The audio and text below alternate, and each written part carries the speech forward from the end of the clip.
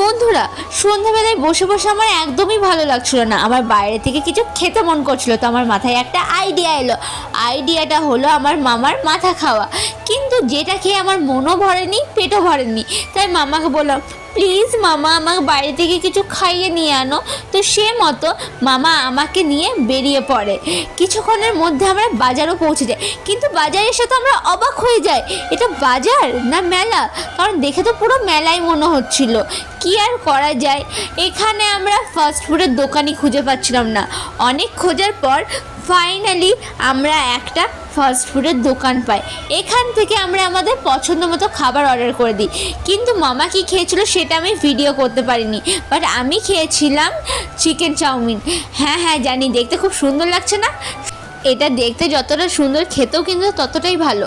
এখানে আমাদের খাওয়া হয়ে গেলে আমরা বেরিয়ে পড়ি। মামার আরেকটা কাজ ছিল, সেটা সারার জন্য।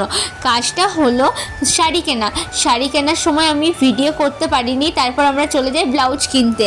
এখানে আমাদের ব্লাউজ কেনা হয়ে গেলে আমি আর মামা বেরিয়ে পড়ি বাড়ি আসার জন্য। আজ এই পর্যন্ত, দেখা হবে নতুন একটা মিনি ব্লগের সঙ্গে। সবাই ভালো থেকো, সুস্থ থেকো, টাটা।